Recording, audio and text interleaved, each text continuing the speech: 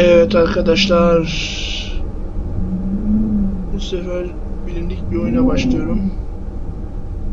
Görüyorsunuz zaten bu baltadan anlaşıldığı üzere. Getting Over It oynuyoruz. Hiç uzatmadan yeni oyuna başlıyoruz. Bilmeyenler için söyleyeyim, işte Kazan içinde bir adam var. Elindeki baltayla sağa sola hareket edip dağa tırmanmaya çalışıyor işte. Bu oyunun yüklenmesi biraz uzun sürebilir. O yüzden bu kısma atlıyoruz.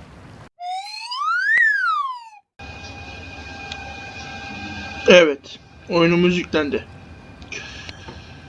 Fareyle hareket ediyoruz. Bu oyun biraz kasıyor. Hemen küçük bir yer yapıp geliyorum. Tamam, böylesi daha iyi. Şimdi bu arka plandaki su var mıydı?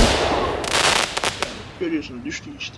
Normalde böyle düşme şeyimiz var mıydı bilmiyorum. Sanki bu daha önceki güncellemelerde burada bir dağ vardı sanki. Neyse işte fareyle böyle sağ sol yaparak ben bu oyunu bir parça biliyorum. Şimdi en büyük engelimiz şu an bu. Bunun taktiği şudur arkadaşlar. Zıp.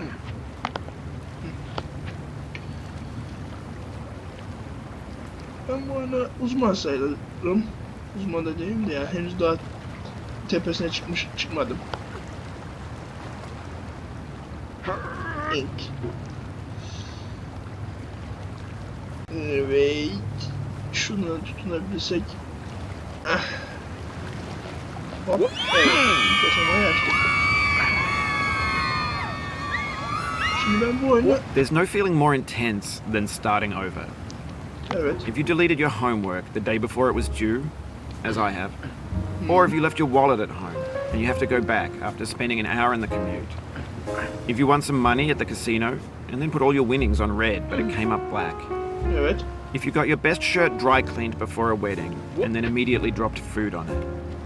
If you won an argument with a friend and then later discovered that they just returned to their original view. Starting over is harder than starting up. If you're not ready for that, like if you've already had a bad day, then what you're about to go through might be too much. Feel free to go away and come back. I'll be here. Yani bu da adam diyor ki kısacası yani. Alright, thanks for coming with me on this trip. I'll understand if you have to take a break at any point. Just find a safe place to stop and quit the game. And don't worry, I'll save your progress, always, even your mistakes. Tamam. Adam ilk başta dedi ki yani ne dedi? This game is a homage to a free game that came out in 2002 İzin versen de titled konuşsam Sexy Hiking. The author of that game was Jazuo, a mysterious Czech designer who was known at the time as the father of B games. And B games are rough assemblages of found objects. Designers slap them together very quickly and freely, and they're often too rough and unfriendly to gain much of a following. They're built more for the joy of building them than as polished products. Daha da ilk başta dedi ki sen hiç tekrar başlamak zorunda kaldın mı diyor. Tekrar başlamak çok sıkıcı diyor yani. Bir şey yapmışsın, bitirmişsin, ondan sonra tekrar baştan başlıyorsun. İnsanı çok gıcık eden bir duygudur diyor işte falan diyor. Sonra dedi yorulduysan bir yerde bekle dedi. Kapat dedi. Ben her zaman her anı kaydedelim dedi. Kaybetsen de kazansan dedi. Kaydederim dedi. Sonra işte bu oyun orijinalde Sexy Hiking diye bir oyundan alıntı yaptığını, yani ona benzer bir oyun olduğunu anlattı. Onu da oynadım. O da aynı böyle fareyle hareket ediyorsun aynı bu şekilde. Yani birebir aynı yani oynanış olarak. Pek farkı yok. Şimdi ben normalde bu oyun adamı In a certain sinirledi. way, Sexy Hiking is the perfect embodiment of a B game. It's built almost entirely out of found and recycled parts, and it's one of the most unusual and unfriendly games of its time. In it, your task is simply to drag yourself up a mountain with a hammer. And that act of climbing, in the digital world or in real life, has certain essential properties that give the game its flavor. Evet. No amount of forward progress is guaranteed. Some cliffs are too sheer or too slippery, and the player is constantly, unremittingly in danger of falling and losing everything.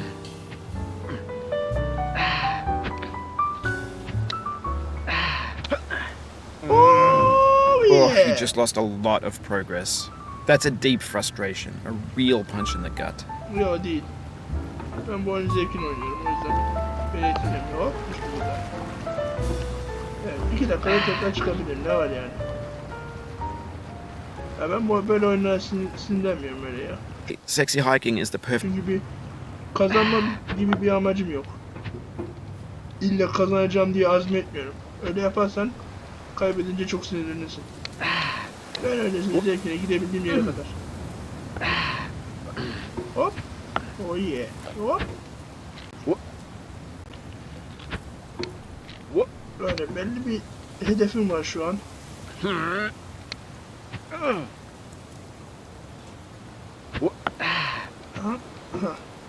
Gördüğünüz gibi. Kaybettiğim yere tekrar geri geldim. Ne oldu? Hop. Hop. Anyway, when you start sexy hiking, you're standing next to this dead tree that blocks the way to the entire rest of the game. It might take you an hour to get over that tree, and a lot of people never got past it. You prod and you poke at it, exploring the limits of your reach and your strength, trying to find a way up and over. And there's a sense of truth in that lack of compromise. Most obstacles in video game worlds are fake. You can be completely confident in your ability to get through them once you have the correct method or the correct equipment or just by spending enough time. In that sense, every pixelated obstacle in sexy hiking is real.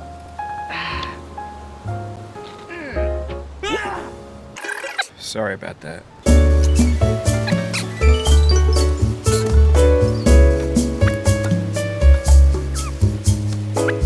Zıp. Zıp. Evet. Oh, it happened again. Keep on trying. Don't let it get to you. Tabii ki. Asla.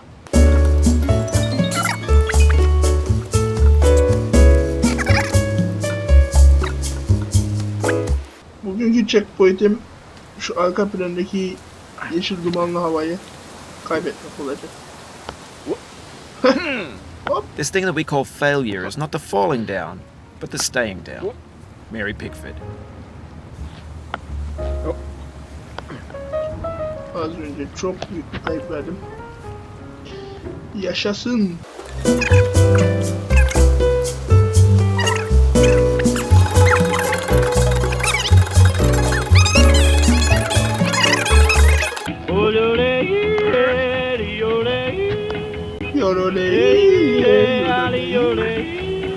Ne güzel şarkı.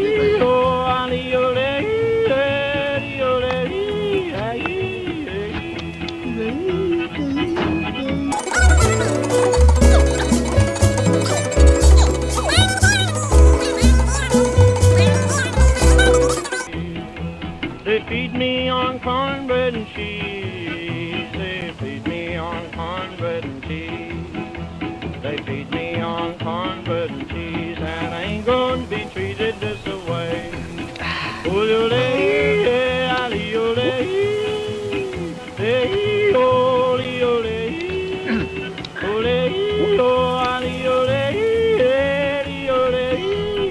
Adamın şarkısı bitene kadar ben kaldım ve tekrar başa geldim ya.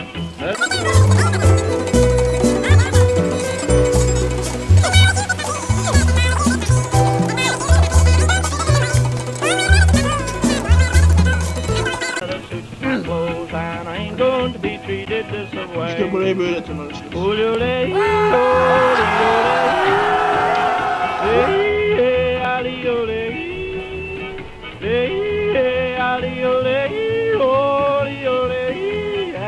The obstacles in sexy hiking are unyielding, and that makes the game uniquely frustrating. But I'm not sure Jazuo intended to make a frustrating game. The frustration is just essential to the act of climbing, and it's authentic to the process of building a game about climbing.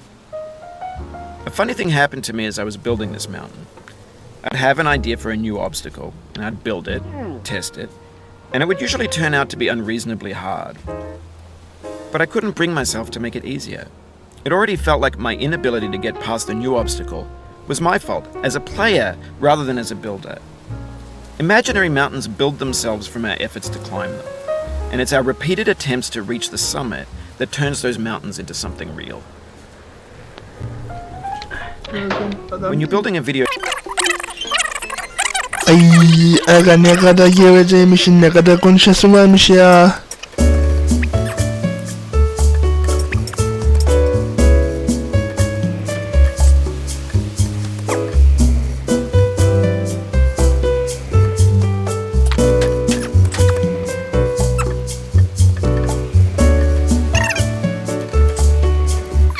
Evet, videoyu bitirmenin zamanı geldi.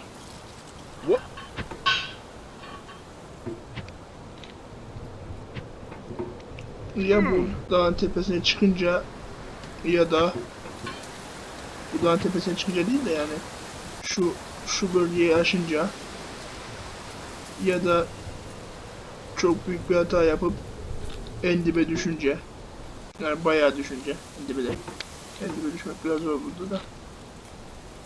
İşte o zaman çıkmanın vaktidir. Video bitirmenin vaktidir.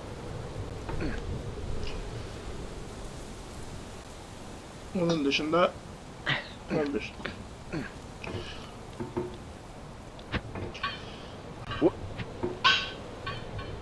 Şimdi üniversite okuyorum ben.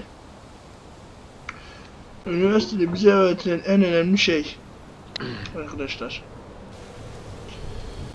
Ondan sonra 11 gelir, ondan sonra kepek gelir.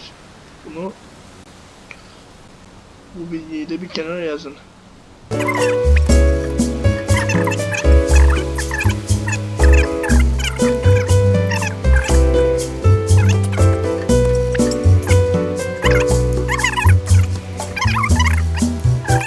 You've done this part before. You know it's possible. Just do what you did the first time. Ne? Daha yapmadım ki bunu ya. Nasıl yapayım? Adam dedi ki bu bölümü daha önce geçtin dedi. Nereye geçtim ben hatırlamıyorum.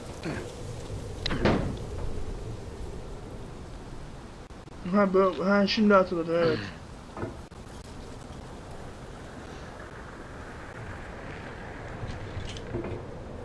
Hayır. Bir şey diyeceğim.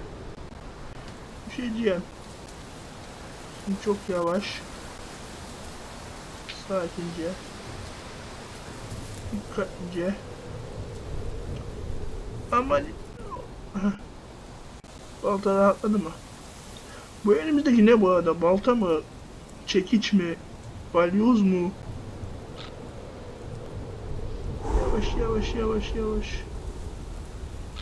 Yavaş.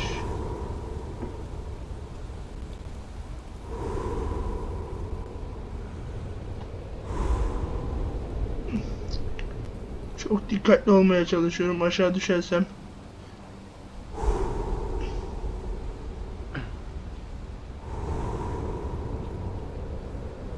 Hadi. Güzel.